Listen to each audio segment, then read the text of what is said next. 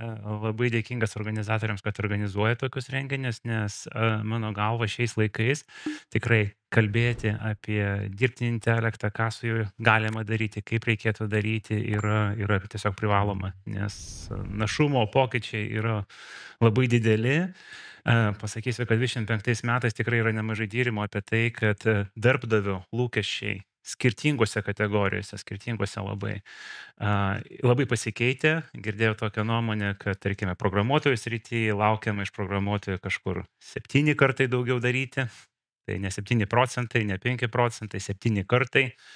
Tai aišku, kažkiek ateina ir su pajamų, su atlyginimu kompensacija. Girdėjau tokius ribinius pasakymus, nežinau, gal jums teko irgi girdėti prieš porą savaičių ir Bezofas, ir Zuckerbergas yra pasisakę, kad mato savo kompanijas apskritai be programuotojų, 0 programuotojų. Tiesiog kas bebūtų iš vadovų, kuris kūrė, ką reikia daryti, produktistai, dizaineriai, tiesiogiai sako, kad mes norim matyti va tokį daiktą ir būtent tai padaro dirbtinis intelektas geriau, saugiau, greičiau, pigiau negu žmogus.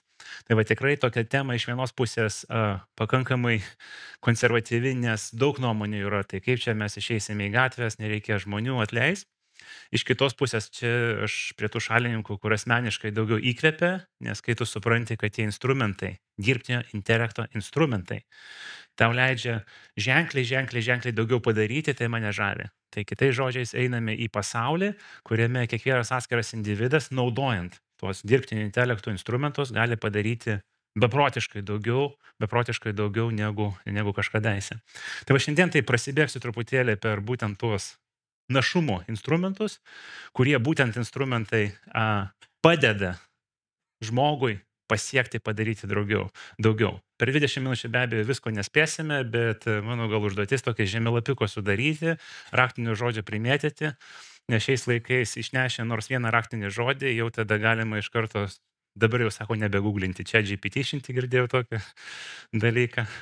Tai ChatGPT išinti ir tada suprasti, tinka, netinka, patinka, išmokti, pritaikyti ir panašiai. Tai va šiandien truputėlį kalbėsime apie dirbtinio intelekto pritaikymą, nes labai praktinė tokia gal įžvalga bus. Tai vienas dalykas, tiesiog norėjau prasibėgti per profesijas, tokią suradau įdomų tyrimą, kaip 25 metais, čia Forbesas yra šaltinis, pakankamai gerbiamas mano šaltinis žinių, kaip dirbtinio intelekto instrumentai jau šiandien 25 metais, priminsiu, prabėgo vos porą metų nuo ChatGPT atsiradimo, jau naudojami. Tai va pagal įvairiausius servisus, ten Customer Service, Cyber Security, Digital Professional, panašiai. Matote, kad ten nuo jau daugiau negu pusė iki ketvirtadalio. Tai viena tokia išvada, kad praktiškai per porą metų labai daug kur prasiskverbė. Bet aš asmeniškai padarau tokią įdomią išvadą, kad praktiškai nebeliko nei vienos profesijos. Nesvarbu vėlgi, ar tu sėdi sekretoriate, ar tu sėdi prie telefono skambučio, ar pardavimuose, ar marketinge, ar dar kažkur, tai ar vadovas esi. Praktiškai neliko visiškai nei vienos profesijos, kurioje iš tikrųjų neliko tų instrumentų. Tai va tokia įžvalga. Dabar instrumentų yra beprotiškai daug. Kolega minėjo iš tikrųjų tokius naujus pavadinimus. Man tikrai pačiam buvo labai įdomu sužinoti, kaip naudojame labai specifinę sritį, kaip žemės ūkis. Vėlgi, mano gal tikslas šiandien toksai prasibėgti per tai labai bendrai tas plačias kategorijas, kokio tipo instrumentai yra prieinami, kokiam užduotim.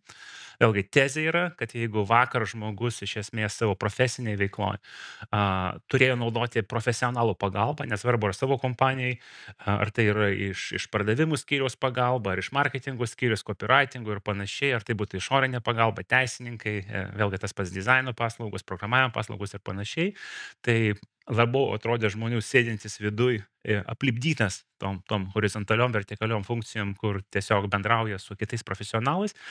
Tai šiais laikais iš tikrųjų instrumentai yra patobulėję taip, kad teoriškai jau visiškai ne vienoj profesijoje nebeliko poreikio bendradarbiauti ar bendrauti su kitom lygiagrečiom profesijom, nes praktiškai visas paslaugas, vėlgi nuo teisinių, buhalterinių, marketingo, apskaitos, vizualų, grafiko, video kūrimo, jau tą padaro dirbtinio intelekto instrumentai. Tai va tokias kategorijas iš tikrųjų, iš kur išskyriau. Tai be abejo, universaliausias instrumentas yra ChatGPT. ChatGPT padeda per chato interfeisą iš tikrųjų nuo informacijos paieškos, klausimų formulavimo iki su labai specifinėm, sakysim, kažkokiam problemam ar užduotim. Man tiesiog smalsu šio auditorijoj, kiek kasdien iš jūsų naudoja ChatGPT? Tai iš akies sakyčiau, trečdalis. Tai tikrai 100% įsitikinęs, kad metai neprabėgs, praktiškai visi tą darys. Vėlgi noriu tiesiog pažymėti, kad šiais laikais ChatGPT yra ženkliai daugiau negu vien pokalbis apie kažką tai. Tai va tiesiog išskirsiu tokias kategorijas, kur dažniausia žmonės naudoja, tarp kitko dažniausiai naudoja tą pirmą.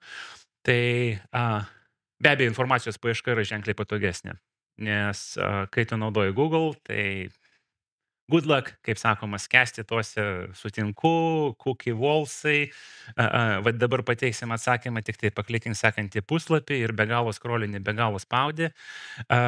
Kai pasakai klausimą ChatGPT, iš karto gauni atsakymą. Tai bet kas yra paieška, tiesiog sužinoti informaciją nuo realaus laiko, kokios yra orų prognozės, kokie yra pigiausi skrydžiai, tu gali ženkliai greičiau, praktiškai per sekundę per ChatGPT. Toksai truputėlį gal atskleidžiant tokį labiau profesinį panaudojimą, tai šitie instrumentai yra ypatingai patogus integracijai į programinę įrangą, bet kokią kitą, nes gali automatiškai tos atsakymus teikti. Kitais žodžiais, jeigu yra kažkur tai bekendinė programėlė, ar programa, kuri ten, tarkim, kas rytą jums aktuali sritis nori pakelti dabartinę šio ryto orų prognozę ten dienai, dėl to įvykdyti kažkokias instrukcijas, ten laistyti, nelaistyti, dar kažką tai. Tai va, sakysime, ta automatizacija, kad tas pokalbis vyktų tarp ChatGPT ir tos programėlės yra labai patogu. Reikia tikrai ten googlinti, ieškoti, atiwever.com, spausti tuos sutinku su cookie wallsais ir panašiai. Prieš pusę metų atsirado gyvoji interneto paieška. Tai yra prieš tai greičiausiai esate susidūrę, kurie naudoja, kad ChatGPT dažnai atsakydavo, nieko nežinau, mano žinių bagažas baigėsi ten 21 metų, ten kažkokią tai dieną, nes visa dombazė, kurią mane įpylė, buvo kitos dienos. Tuo metu laikė, kad per daug rizikinga leisti dirbtiniam intelektui tiesiog realiam laikė prieiti prie interneto, tas pasikeitė. Tai pradžiai po truputėlį pabandė, po to plačiai vartelius atidarė, tai šiuo metu daug instrumentų tame tarpe ChatGPT moka online, realiam laikė gauti informaciją.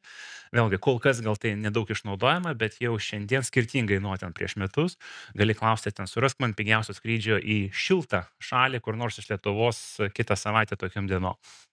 Viskas, realiam laikė, googlina svetainės, suranda atsakymus, pateikia atsakymus, nereikia pačiam to nieko daryti. Ką irgi mažai išnaudoja, tai yra darbas su dokumentais. Vėlgi mažai kas žino, kad ChatGPT, ne kaip mažai, bet nedaug žino, kad ne tik tai žino visas žmonių kalbas, bet moka atpažinti, žimti, dirbti, priimti, išvesti dokumentus praktiškai bet kokiam formate. Vėlgi, ar tai būtų HTML interneto, ar tai būtų Excel lentelės, tiesiog suvestinės, duomenų suvestinės, mokslinio tipo failai ir panašiai, netgi paveiksliukai, vektorinė grafika ir taip toliau. Tai vat, kai tenka dirbti su ar programinė įranga, ar su sąsajom, kurios reikalauja šiek tiek daugiau negu gyvo tekstinio įvedimo. Realybė tame, kad praktiškai visa programinė įranga vienaip ar kitaip naudoja kažkokį labiau struktūrizuotą duomenų rinkinuką negu vien pokalbės, tai čia tikrai ateina pagalba. Tai paskutinis tiesiog praktinis pavyzdys, to ChatGPT, tiesiog čia mano truputėlį hobis, domiuosi šiek tiek fiziką, norėjau paruošti vieną publikaciją moksliniam žurnalui, supratau, kad reikalauja atskiros kalbos. Nepaprasta tiesiog ten parašai, jau reikia ten specialiai formatuoti, vos ne kaip internetu sudėtingai.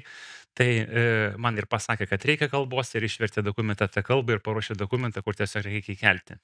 Tai vėlgi, kurie naudoja ten vėlgi Excelius, HTMLus, JSONus, JavaScriptus, bet kokio tipo failus, ChatGPT ten moka ir suprasti, tu gali prikabinti Excelio lentelę, vėlgi programinio kodo failą, PDF ar ten kažką tai dar, pasakyk, analizuok, išvesk man irgi norimą formatu, tas viskas pakankamai greitai daroma. Ir vėlgi tai veda prie tokios struktūrinės informacijos išvedimo, nes paprastai, kai žmogus dirba su to chat interfeisu, tai šitą atsakymas yra žmogiškąja kalba. Vėlgi, jeigu man reikia įkelti į mano ten statistinę programą ten ar kažkokią tai kitą programą, tiesiog formatuotą duomenų rinkinuką specialiai sudarytą, tai tą struktūrinės informacijos išvedimas yra labai patogu. Gali įmesti ten, tarkim, iš pardavimų gautą tiesiog elektroninį laiškų suvestinę ar keletą elektroninių laiškų ir pasakyti, klausyk, mano buhalterinė programa priima tik tai JSON suformatuotą failą, nes kitaip nepraryja duomenų, tai konvertuok visą tą atsitiktinį duomenų rinkinuką, kurį aš gaunu, priskirk lentelėm, priskirk laukam, suformatuok kaip JSON'as, nesikelsiu buhalterinę programą, tą staigiai padaro. Nu ir porą dalykų, kur šiuo metu dar Europoje nėra prieinami. Čia buvo vienas komentaras apie tai, kaip Europa atsargiai žiūri medžiagas, bet lygiai taip pat atsargiai kabutėse, jau apie tai daug kalbama, žiūri ir į kitas grėsmės, tame tarpe potencialiai dirbtinio intelekto sukeliamas. Tai taip savotiškai gali pasigirti Europą, kad 4 metais priėmė pirmąjį pasaulyje dirbtinio intelekto įstatymų paketą. Blogai ir gerai, bet pasiekmė yra tame, kad labai dažnai naujausi, įdomiausi instrumentai nepasiekia Europos apskritai, būtent dėl tų reguliacijų, nes tos reguliacijos yra pakankamai neaiškios, griežtos, piltos. Dar Europą pasižymi labai ypatingai didelių baudų užkėlimų, ypač mėgsta Facebookus, Google'us ir kitas didžiasias tech kompanijas. Tai kaip pasiekmė labai dažnai instrumentus matai pradžiai Kinijoje, Amerikoje, po pusmečio, po metu tik tai atsiranda Europoje. Tai kaip ten bebūtų, ruoštis reikia, tikrai ateis ir tokie du momentai, kuriuos norėčiau išgryninti, tai jau porą savaičių, kai labai bendruomenė dirbtinio intelekto komentuoja, diskutuoja apie taip vadinamą deep research galimybę. Kas esat girdėję apie deep research? Vienetai. Jo, tai tarp kitko, šiandien iliustruodamas aš su Perplexity. Čia yra analogas ChatGPT, tik tai Europai prieinama jų versijoje to deep research'o. Tai skirtingai nuo tokio paviršutiniško research'o, kur tu paklausi ten bilietų ten į šiltą šalį, tu gali užklausti labai gilaus klausimo. Tarkime, ten turi tokią koncepciją, išskenuok visą pasaulį ir surask apskritai maksimaliai panašaus į mano koncepciją, kur tikrai reikėtų pakelti gal 10 000 puslapių darbų ir viso kito. Tai tas deep research implikuoja, kad tai yra mechanizmas, kuris suka ratais mechanizmą, pasiekia labai daug informacijos, kartais būna pusvalandis. Patikėkit, pusvalandis dirbtinio intelekto darbo yra visai nelygų pusvalandžio žmogaus darbo. Kiek 4 valandas darėt? Nu 4 valandas, tai čia kažką labai stebuklingų researchinat. Tai bet faktas, kad tas 4 valandas jūs galite gerti kavą, ten darbostogauti, ten žvejoti ir visa kita. Ir iš esmės rezultatas to 4 valandų darbo bus greičiausiai daugiau negu 100 žmonių metus dirbtų. Teisingai? Kažkas tokio. Informacijos apdorojimo kiekio. Netgi paprasti klausimai, nes jie paprastai dokumentuoja deep research'ai, tai seka savo minčių, patys su savimi mąsto ir tu tą gali matyti. Tai netgi paprasti atsakymai, ten surask skrydį, iš tikrųjų veda prie ten keliasdešimt puslapių pamąstymų, suradau tokį, bet ne visai šilta šalis, o ten buvo pasiūlymas, o ten buvo tas, tai kai tu įvertini, kiek darbo to buvo atlikta, tai bloga pasidaro iš vienos pusės, labai smagu iš kitos pusės. Tai tikrai tas ateis į Europą, tikrai labai rekomenduočiau pabandyti, nes beprotiškai galingas instrumentas. Nu ir irgi žodis, kuris labai dažnai diskutuojamas paskutiniu metu, yra dirbtinio intelekto agentai. Agentai yra tokia evoliucinis laiptelis nuo tiesiog ChatGPT. Tai agentas, kaip ir žodis implikuoja, jau yra savarankiškai veikiantis agentas ar mechanizmas, jau labiau primena pasamdytą tai funkcijai žmogų, nes skirtingai nuo ChatGPT, kur duodi klausimą atsakymą, agentas turi savo misiją, funkciją. Tai pasodini, tarkim, agentą prie kompo, moka, tarp kitko jau nuo OpenAI, kurie yra mechanizmai, kur moka įskaityti ir suprasti kompiuterio ekraną. Kitais žodžiais, kokia aplikacija sukasi, ką reikia su peliuku daryti, kokius mygtukus spausti. Tie, kurie matė, dalinasi įspūdžiai, sako, fantastika, sako, peliukas pats važinėja, spaudžia drop-downus, ten kažką atsakinėja, taipina, tai gali prikabinti funkciją. Automatiškai atsakinėti visas užklausas, realiam laike visų klientų. pajėgus padaryti vienas agentas daugiau darbo negu ten 20 operatorių realiam laikė ir panašiai, panašiai. Jau nekalbant apie kokybę, apie kruopštumą, apie nešališkumą, apie ten galvos skausmo nebuvimą ir panašiai, panašiai. Tai tie agentai tikrai ateina, tai šiuo metu OpenAI turi tokį geriausią sprendimą, Microsoftas žada prikabinti tų agentų irgi prie savo ofiso paketo, tai va tokie dvi sritis, kur tikrai rekomenduočiau, kurie domisi sekti, beprotiškai padidina našumą žmonių. Nu ir pradžiai porą minučių liko, tai truputėlį prasibėgsiu per kitas sritis. Kam teko naudoti Midjourney? Irgi vienetai. Tai va tiesiog dažniausias atsiliepimas, kurį kai paklausiu jau kolegų, žmonių, pažįstamų, ar teko naudoti ir kaip pradėjote, tai dažniausias atsakymas yra paragavau ir visą naktį nemiegojau. Nes tai yra geriausias vaizdų kūrimo mechanizmas vaizdų.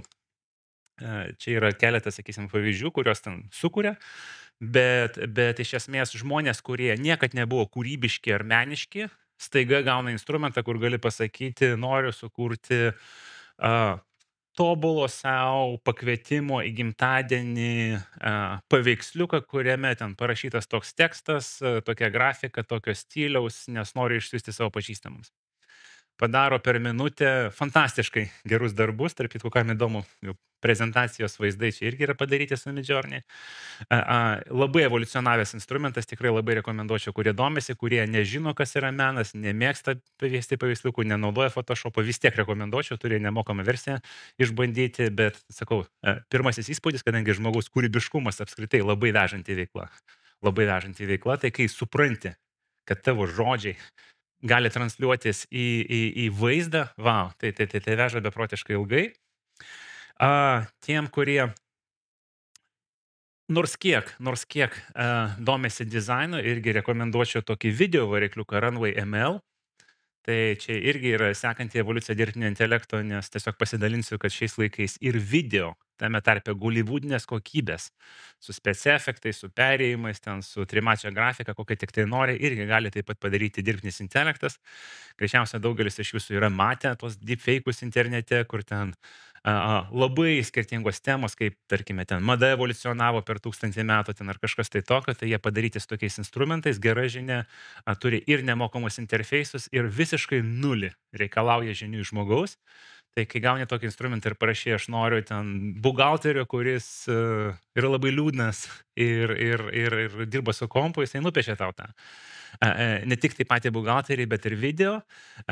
Vėlgi, šiais laikais, kai iš esmės sako, ko nėra socialiniai medijai, nėra apskritai, tai praktiškai kiekvienas žmogus yra influenceris didesniam mažiam ratui, tai va, tas informacijos streamas, kaip tu pateiki save, savo įvykius, savo informaciją pasaulyje yra svarbu, tai praktiškai nebelieka ne vieno žmogaus, kurias vienaip ir kitaip nereikėtų ar nekiltų poreikis tą medžiagą kurti. Tai va, tie instrumentai tikrai padeda, jeigu ne darbe, tai asmeniniam gyvenime tikrai labai daug. Nu ir pabaigai, gal liko 1 minutė, paskutinis, kur mane asmeniškai užkabino instrumentas, tai yra audio, tai yra muzikos kūrimo instrumentas muzikos. Iš tikrųjų galite, vėlgi tą patį apie liūdną buhalterį paklausti jau dirbtinio intelekto sukurti dainą, vėlgi, kam įdomu, galite pažiūrėti jau sukurtos dainos, beprotiškai aukštos kokybės, ir galite parašyti, noriu dainos apie tokį liūdną buhalterį, kuriam nesuėjo debitas kreditas, kuris visą naktį nemiegojo, ryte ten kilo jam ten kažkokia idėja ir jisai sprendė savo problemą ir happy endas. Ir noriu tą džiazo stilium ir noriu, kad dainuotų moteris balsas primintų ten toliau įvardinkite ir panašiai sukuria viską. Tekstą, dainininką ar dainininkę, stilių, muziką, dainavimą, įskaitant albumo viršelį. Tai man paliko įspūdį. Ir tiesiog pasidalinsiu jau visiškai pabaigai, nes laikas baigėsi, bet pusę minutės užimsiu, kad taip sutapo, kad kai aš žaidžiau su šito instrumentu, tai sekančią dieną teko sėdėti restorane, už manęs sėdėjo pora vyrukų, akivaizdu iš muzikos industrijos. Vienas kitam sakė, klausyk, žaidžiau su dirbtinio intelekto instrumentais. Citatą. Man padarė dainą, kurios kokybė viršė 80% visko, ką mes girdime per radiją. Citatos pabaiga.